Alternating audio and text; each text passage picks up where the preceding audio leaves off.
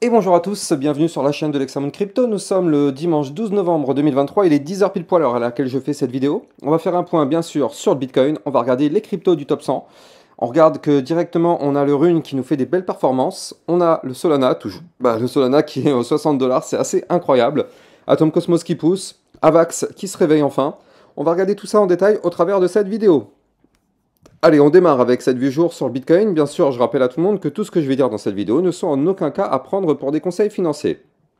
Donc là, actuellement, on voit qu'on a un Bitcoin qui s'établit toujours au-dessus de son canal ascendant. Vous le voyez ici, le canal ascendant qu'on avait breaké par le haut il y a maintenant 4 jours, le 9 novembre. Et donc ça, du coup, à partir du moment où ça a été breaké, ça a entraîné un joli mouvement haussier. Puis derrière, on est en train de revenir travailler la zone de support qui se trouve au 37 028. Mais pour l'instant, ce niveau de support tient. Regardez, hier, on a clôturé au-dessus, et aujourd'hui, on est encore au-dessus. Pour l'instant, ça tient bien. C'est-à-dire qu'on est toujours au-dessus du support. La clôture jour en dessous de ce support-là, malheureusement, entraînerait une rechute potentielle pour aller chercher de nouveau le haut du canal ascendant au 36 372, voire même la zone de support des 36 281 $. Voilà. Donc là, effectivement, on a quand même pour l'instant un mouvement qui tient. Et on va voir si on arrive effectivement à sauvegarder ça. Parce que si on s'établit au-dessus de la zone de support, eh ben ça veut dire que le Bitcoin n'aura peut-être pas forcément dit son dernier mot et qu'il pourrait encore continuer de pousser. Alors après, je vais jeter quand même un petit coup d'œil au RSI. On est quand même à 80. On va pas se mentir, un RSI à 80, c'est quand même très très haut, hein. Donc ça sent quand même le retracement. Ça sent quand même le retracement à plein nez quand même bientôt. Parce que bon, RSI à 80, c'est rarement bon, on a rarement vu des cours qui continuent de pump avec des RSI aussi hauts. Donc là, il est fort possible, je dis pas, hein, encore une fois, j'ai pas de boule de cristal, mais il est quand même fort possible qu'on connaisse un retracement dans les prochaines semaines et qu'effectivement on latéralise un petit peu pour reprendre de la force pour plus tard. Ça, c'est un scénario qu'il faut vraiment privilégier. Comme ça, du coup, ça permettrait au RSI de redescendre un peu et que le Bitcoin puisse reprendre de la force par la suite. On aimerait tous que le Bitcoin continue de monter, comme ça, to the moon, sans s'arrêter, mais au bout d'un moment, il faut rester terre à terre. Et il ne faut surtout pas être naïf. En crypto-monnaie, il ne faut pas avoir de place pour les émotions. On a eu du pump, on a pris des profits, on va avoir un retracement. C'est inévitable. Un jour ou l'autre, il va arriver, je ne sais pas quand, aujourd'hui, demain, après-demain, dans une semaine, je n'en sais rien, vous n'en savez rien non plus, mais on va avoir un retracement, c'est inévitable. Surtout quand on a un RSI aussi haut que ça. Bon, il faut quand même vraiment se méfier de ça. Je ne dis pas que le Bitcoin ne peut pas continuer de pump encore un petit peu, hein. Je rappelle que la target en vue mois, je la redonne, hein, mais en vue mois, on avait une gigantesque tas séance et de mémoire, cette tas séance avait une target au 44K. Donc là, voilà, 44 405. Voilà, ça c'est la target de la tas séance. Donc du coup, ça ne veut pas dire que le Bitcoin ne peut pas continuer de monter. Et ça ne veut pas dire aussi qu'on va aller toucher cette résistance directement. On est en vue mois. Donc vous l'avez compris, là, il va falloir plusieurs mois avant d'y arriver. Donc ça veut dire que là, en vue jour, eh bien oui, en vue jour, par contre, on peut très bien avoir un retracement. On revient tester des niveaux clés de support. Et derrière, on latéralise et on se reprend et on va chercher la target. C'est une possibilité. On a quand même, n'oublions pas, une target à 44K dans les prochains mois. Entre-temps, il peut se passer beaucoup de choses. Donc là, je vous donne quand même les zones de support sur lesquelles le Bitcoin pourrait revenir taper. Donc je vous l'avais dit tout à l'heure, les 36 281, puis 35 992, puis on aura ici un joli support au 34 818, 33 995, avant d'aller chercher ici les 33 671, puis 32 199. Voilà, ça ce sera les prochaines zones de support si jamais le Bitcoin entame un retracement. Maintenant, comme je vous l'ai dit, pour l'instant, nous sommes toujours au-dessus du support. Et tant qu'on est au-dessus du support, eh bien, on peut anticiper le fait que le Bitcoin pourrait toucher la résistance d'au-dessus. Tant qu'on ne break pas le support, on est haussier. Donc du coup là, on peut très bien, tant qu'on est au-dessus du support des 37 028, se dire que le Bitcoin pourrait aller de nouveau toucher la résistance des 37 444. C'est une résistance. Hier, on l'a touché, on s'est fait rejeter. Avant-hier aussi, avant-avant-hier aussi. Tant qu'on n'arrive pas à breaker cette résistance des 37 444, c'est pas la peine d'imaginer un pump, on n'en aura pas. Maintenant, si jamais on break de façon validée, confirmée, pullback compris en vue jour cette résistance, on ira chercher la suivante au 37 898. Et ainsi de suite, vous l'avez compris. Mais bon, quand même, gardons bien en tête qu'on a un RSI hyper haut et qu'on risque d'avoir un retracement assez bien, enfin bientôt, hein, tout simplement bientôt, Parce qu'un Bitcoin qui pump comme ça, qui a un RSI qui explose, 80, franchement, je vous le dis, hein, je crois que j'ai jamais vu un cours qui continue de pump, quand on atteint les 85, 90, c'est fini, c'est même pas la peine. 80 déjà en général, ça commence très fortement à chuter. Donc voilà, gardons quand même ça en tête. Mais on espère bien sûr que le Bitcoin va continuer de monter, hein, c'est ce qu'on espère. Mais au bout d'un moment, il ne faut pas être naïf. On a quand même pas mal pris des profits ces derniers temps. Donc au bout d'un moment, laissons place au retracement qui pourra arriver, pourquoi pas, bientôt. En attendant, n'oublions pas que nous sommes toujours dans une configuration haussière en vue jour. Bon, bref, ceci étant dit, on a un Bitcoin qui latéralise maintenant cette fois-ci en vue 4 heures. On a formé ce qu'on appelle un range, donc c'est une phase de latéralisation. Donc ce range, qu'est-ce que c'est? Eh bien en fait, vous le voyez ici parfaitement, voilà, nickel. Ce range, en fait, il est là. Donc ça veut dire que tant qu'on est dans ce mouvement-là, nous sommes ni haussier ni baissier. Nous sommes juste tout simplement en configuration latérale. C'est-à-dire que tant qu'on est dans ce range, on ne va pas pump et on ne va pas cracher. Quand on est en bas, on va chercher le haut. Quand on est en haut, on va chercher le bas, et ainsi de suite. On peut rester comme ça pendant très très très longtemps. Mais je vais vous donner les deux bornes à surveiller. La borne haute, qui pourrait entraîner effectivement un mouvement haussier, si on la casse de façon validée, confirmée, pullback compris. Si on break les 37 319 $, effectivement, de façon validée, confirmée, pullback compris, on pourrait avoir un mouvement qui continue de pump pour aller chercher les 37 444, puis les 37 898. Les résistances que je vous avais données tout à l'heure. Maintenant, si jamais, malheureusement, on n'arrive pas à breaker le haut du range, mais qu'on break malheureusement par le bas ce range, ici, au 36 939, bah là, vous l'avez compris. Là, ça risque malheureusement d'entraîner un mouvement baissier pour entamer le retracement que je vous avais parlé tout à l'heure, et sur les niveaux de support dont je vous avais effectivement indiqué les niveaux un peu plus tôt dans la vidéo. Donc effectivement, il va vraiment falloir surveiller ce range de très très près, parce que là, tout va vraiment dépendre de cette cassure. La cassure haussière, bah, vous l'avez compris, entraînera le mouvement haussier. La cassure malheureusement baissière entraînera le retracement. C'est simple comme bonjour, mais il faut quand même détecter les niveaux au millimètre près, et c'est ce qu'on a fait au travers de cette vidéo. Maintenant, bon, pour l'instant, nous restons toujours dans une phase haussière, vous le voyez, en formant des points hauts plus hauts que les précédents. Donc pour l'instant, entre guillemets, tout va bien, tout va bien. Mais tout risque de changer si effectivement on commence à breaker ce range qui risque de nous propulser sur des zones de support qui sont beaucoup plus bas. Donc attention, vraiment, attention à ça. On le sait, hein, on le sait qu'on va avoir un retracement, on n'est pas naïf, on le sait, ça nous pend au nez. C'est juste qu'on ne sait pas quel jour on aura ce retracement, mais on le sait.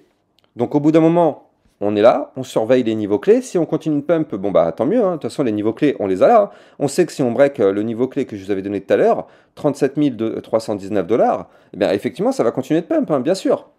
Mais gardons en tête quand même que le retracement nous pend au nez. Bref, notre Bitcoin pour l'instant qui est dans cette configuration, mais au niveau des altcoins, il y a quand même des opportunités vraiment très intéressantes. Rappelez-vous ce que je vous avais dit il y a 2-3 vidéos quand je vous avais parlé des explications concernant la Bitcoin dominance, et justement le fait que du côté du Bitcoin, on pourrait avoir une perte, on va dire, de dominance temporaire pour que les altcoins puissent s'exprimer, ce qu'on appelle une alt season. Bref, on va regarder les altcoins. On commence avec le Matic, Polygon Matic, qui pour l'instant a trouvé un support parfait ici, vous le voyez, sur le support des 0,7707. Regardez comme quoi c'est assez chirurgical quand même, hein. Je vous avais parlé de ce support, je vous avais dit c'est le niveau clé qu'on viendra taper si on chute. Effectivement, on l'a tapé. Pour l'instant, il y a rebond. Si jamais on break de façon validée, confirmée, pullback compris, le dernier plus haut au 0,8555, effectivement, le Polygon Matic pourrait continuer de pump.